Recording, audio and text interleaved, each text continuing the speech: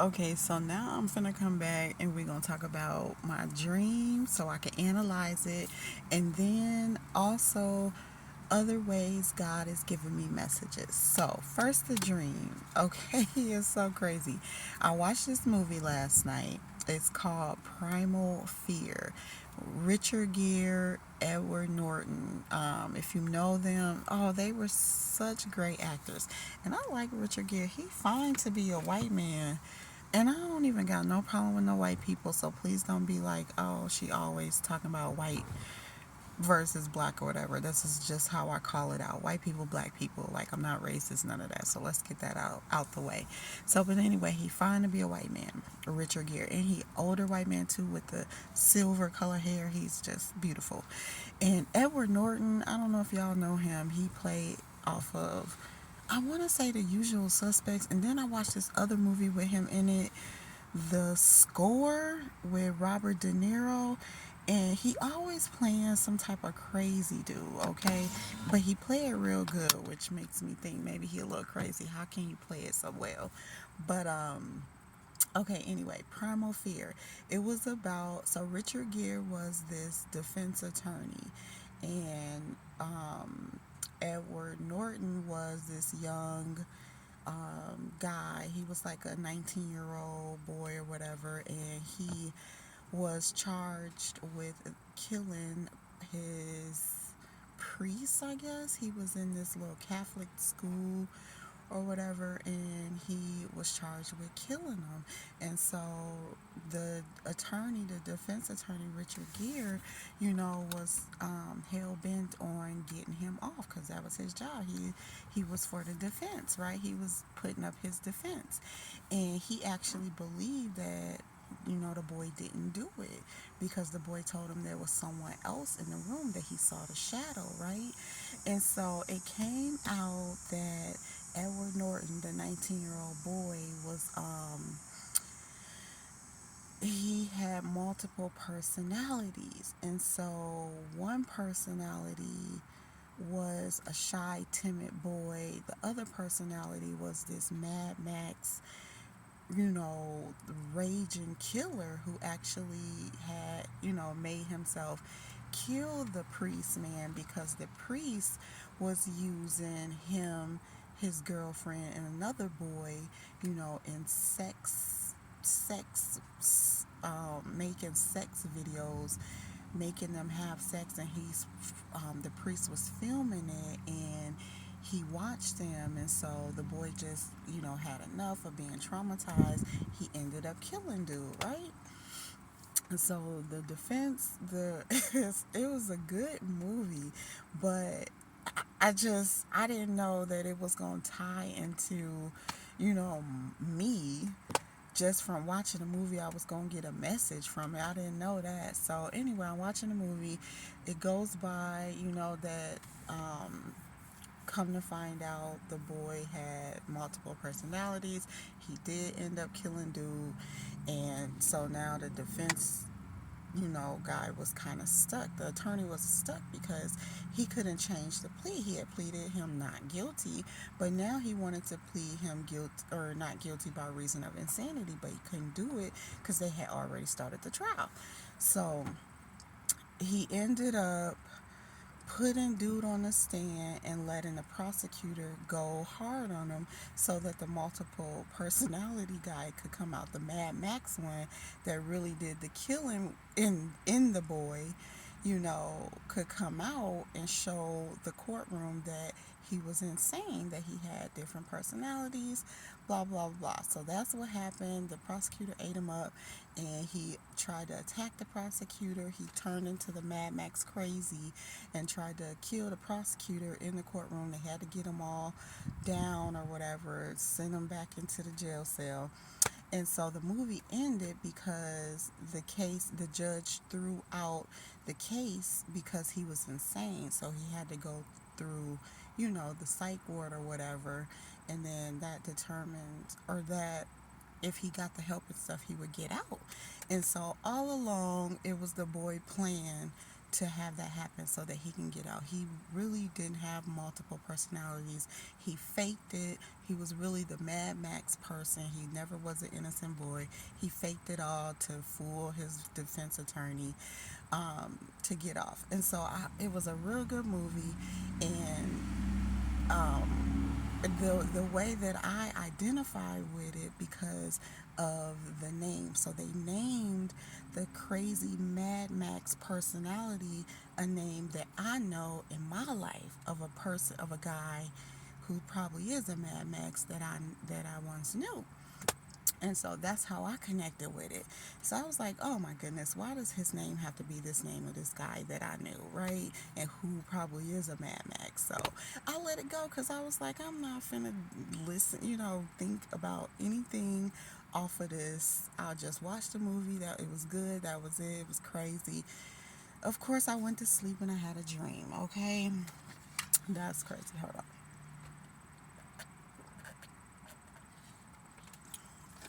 So the dream, of course, the guy who I knew with the name, the same name as the Mad Max crazy personality of the boy in the movie, showed up in my dream.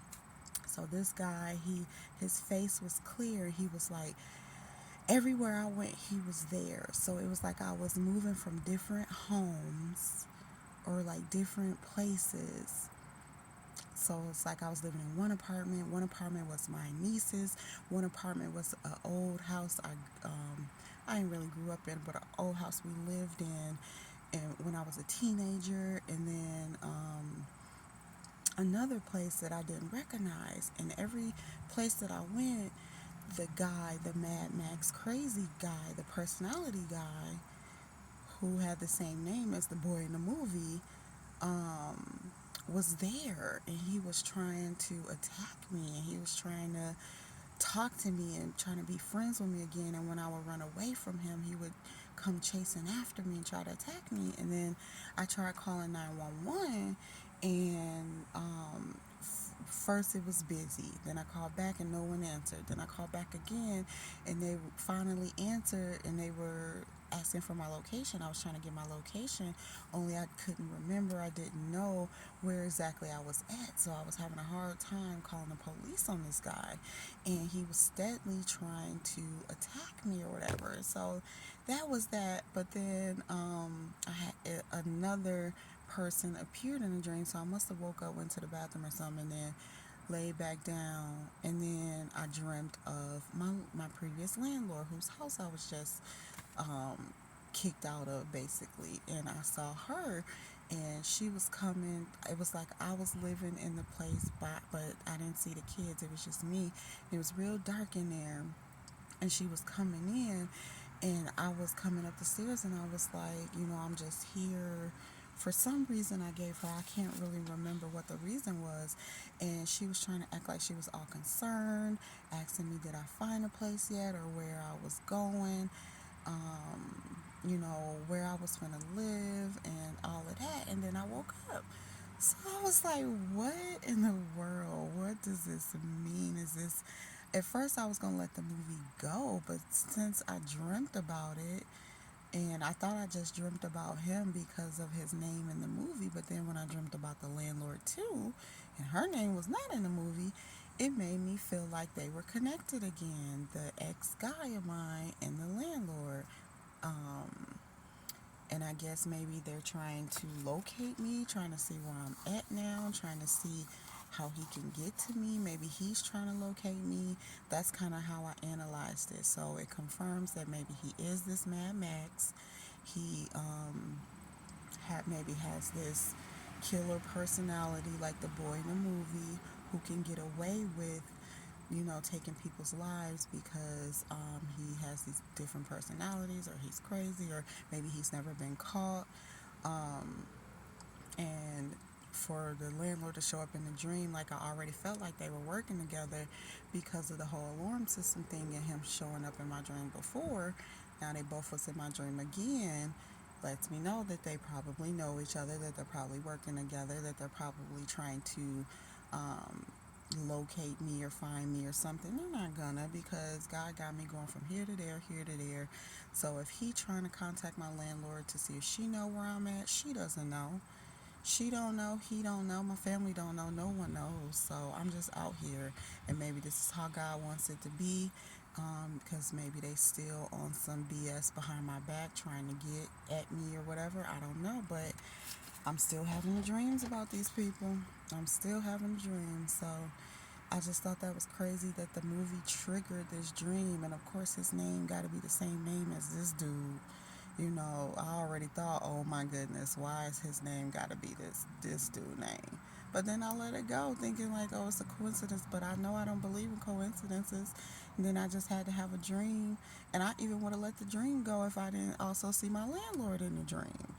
So it's like I know they connected. They're connected, and they trying to find me, and they're not gonna find me. God has me protected. So if you watching my videos, or you know about my channel, you can see this.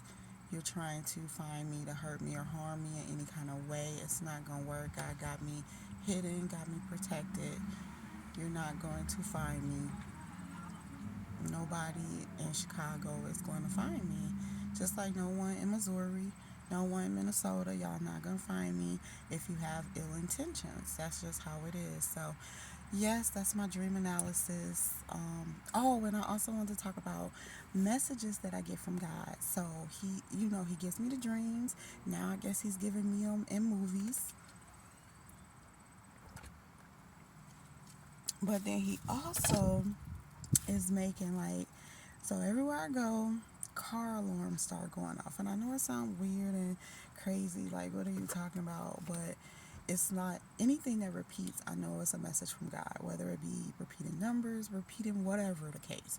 It's God trying to say something, and it's up to me to figure out what it means or ask him what it means so that he can break it down like in me. I'll keep thinking about it until it makes sense for me, and I'll be like, oh, okay, that's how God wanted it to make sense for me. And so I've been hearing the car alarms going off everywhere I go like crazy. As soon as I pull up in the store, the car alarm's going off. If I drop my son off at his job, car alarm's going off. If I pull up into a hotel or whatever, car alarms is going off. And it's like, why do people car alarms always going off? And I had to think like, oh my goodness, maybe this is a message. It's happening too frequently for it not to be a message. It keeps repeating, it's a message. So I get to Googling, and there's so many things on what it means. And so I can't really figure out exactly, but I've been thinking about it all day, and I guess the sense I can make up of it is like it's like an alarm. So what are alarms like? Warning. So like if your car alarm goes off like in real life, that means like someone is at your car or trying to get in your car, trying to steal your car, right? So I maybe I put it to be like he's trying to get me to know that someone's at me or trying to get at me, trying to steal. Because like if you think of a car and what it represents, you use a car to go places, to move forward, to get to where you need to get. If someone's trying to steal your car, they're trying to prevent you from getting to that place, from getting to where you need to go, from moving forward. So maybe the alarms are telling me that someone is trying to prevent me from moving forward, prevent me from getting to where I need to be. Hold on.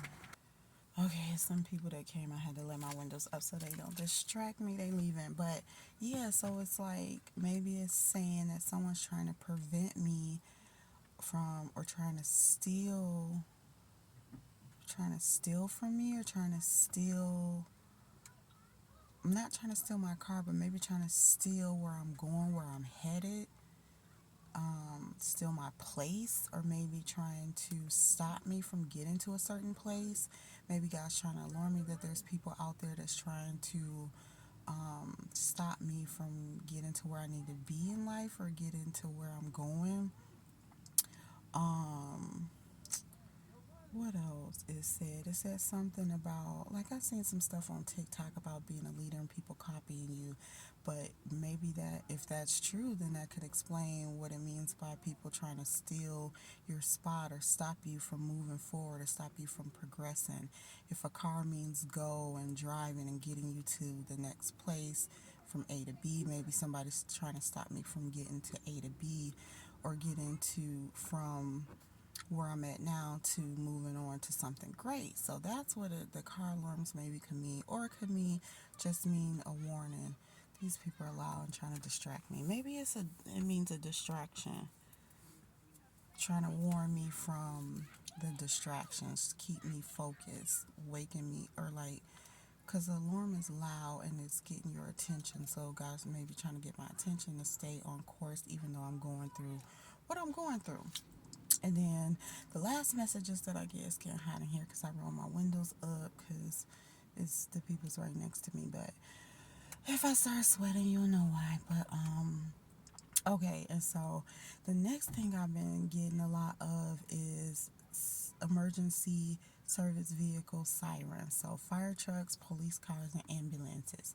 More so ambulances and fire trucks than police cars. But I've been, ever since like we've been out, even before we was out, I was hearing a lot of sirens. And the last time I heard a lot of sirens was when I was sick last year. And I didn't understand it, but now I do. So it's like the sirens mean to me rescue, like help is on the way. And so I guess you have to decipher which help means what, which rescue emergency vehicle means what. So because when I was sick, I heard a lot of sirens, and then I ended up healing myself and not being sick anymore. So that just tells me when you hear the sirens, it means that you're gonna get help, you're gonna get through it, you're gonna be okay. Because what are sirens? They're telling you that help is coming, that you're about to get rescued, right?